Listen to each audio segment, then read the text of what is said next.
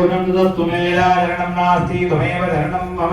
कारुण्यभावेन रक्ष रक्ष महेश्वर अपराध सहस्राणि क्रियन्ते हर्निशं मया आभूरि मामतो क्षम्यतां परमेश्वर परमेश्वराय नमः ब्राह्मणार्घ्यमेवि प्रार्थनां करोमि ब्राह्मणार्घ्यं दत्त्वा आचार्यस्य हृदयसंयोज्य पंचगव्य पुण्यादलेन सर्वद्राणि सम्प्रोक्ष्य वास्तोष्पदे प्रतिदानि हस्वान् स्वावेशो रणमेवो भवान्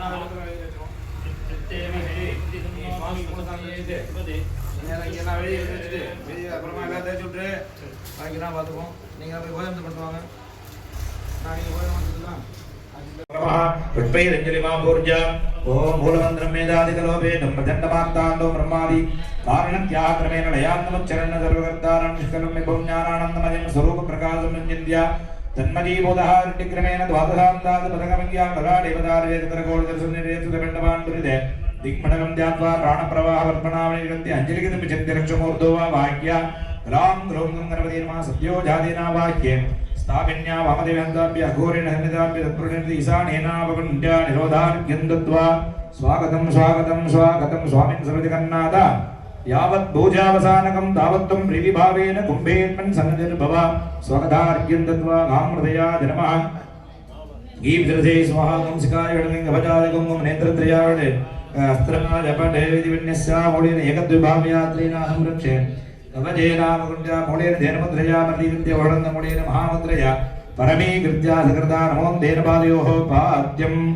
सदान्तेन मुखेरादिमन्त्रयं स्वाहान्तेनद्वा स्वाहान्तेनोद्वाभ्यङ्गोर्वर्धननिर्वर्धनादीन श्रवणाङ्गानि पाव्यज्योतिर्विद्युनासुन्नवासा संवृज्या पुनःपाद्यागमनार्घ्यान् चन्दन अक्षते हेमकौपीन मेकलोपवीलकुण्डाद्याभरणानि विचित्रवस्त्राणि मनसाबद्ध्यानि वेद्यपुष्पाञ्जलित्रयेन ओम हांगम आत्मतत्वाय महादेवी महागणपतये नमः ग्रामलो विद्यातत्वाय महागणपतये नमः शिवतत्वाय महादेवी ग्रामलोकं गणपतये नमः अंडादिभिः उत्तरामादिभिः अलङ्कृत्यस्त्रेण गन्धां पादजन् मनोरथमुद्रान्त्वा ब्रह्मानामयागतानेनो ईशानमूर्धाय नमः ओम येतत्प्रशुद्राय नमः ओम अघोरदये नमः किं ममदेव्याय नमः सद्यो जातमूर्धये नमः गामप्रदये नमः किं दिव्ये नमः ओम शिखाय नमः गवजाय नमः ओम नेत्रेभ्यो नमः हस्त्रादि नमः संभुज्य भोगानुभुजार्थं प्राप्य पीठशक्तिस्थाने अस्ते संप्रोक्ष्य अनन्ताय नमः धर्माय नमः ज्ञानाय नमः वैराग्याय नमः ईश्वर्याय नमः पद्माय नमः पद्मस्योपरि ओम ह्रीं पीठशक्तिस्वरूपिणीं वल्लभाम्बिकावल्लभाम्बिकां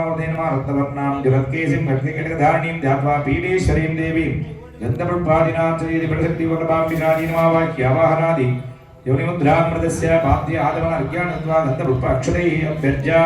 प्रथमावरणं भोजयेत् प्रथमावरणे ओम ईशानमूर्धाय नमः ईशानधरे तत्पुरुषपुत्राय नमः पूर्वधरे अघोरमय नमः अग्नधरे वामदेव्याय नमः उत्तरधरे सद्यो जातं पश्चिमधरे नेत्रेभ्यो नमः ईशानसुतधरे गामप्रदयाय नमः अग्नेधरे कीर्तिधरे नमः नेत्रसुतधरे गुंसिकाय नमः नेत्रे गवजाय नमः वायुधरे अस्त्राय नमः चतुर्दिक्षुविन्यस्य प्रथमावरण देवताभ्यो नमः वाहनादि मुद्रामृतस्य अर्घ्यं दत्त्वा द्वितीयावरणे पूर्वादिष्टकुम्भेषु ओंकार वरदाय नमः गा वीराय नमः गा विघ्नेशाय नमः गा गजाननाय नमः गा कक्षप्रियाय नमः गा जगन्नाथाय नमः गा विनायकाय नमः गा लंबोट्टाय नमः अवाक्यर्घ्यं द्वितीयावरणे प्रभुदाय नमः स्वक्त्राय नमः वामनाय नमः सकपालाय नमः मूषिकाय नमः गृदुण्डाय नमः गुराय नमः कुम्भचण्डाय नमः तृतीयावरण देवताभ्यो नमः वाहनार्घ्यं दत्त्वा चतुर्थावरणे ओम गाम इंद्राय नमः गाम अग्रये नमः गाम यमाय नमः गाम नरुदे नमः गाम अरुणाय नमः वाजवे नमः कुबेराय नमः ईशानाय नमः ईशान दक्षिणे ब्रह्मणे नमः नेरस्य उत्तरे विष्णवे नमः वाक्य संपूज्य अर्घ्यं दत्त्वा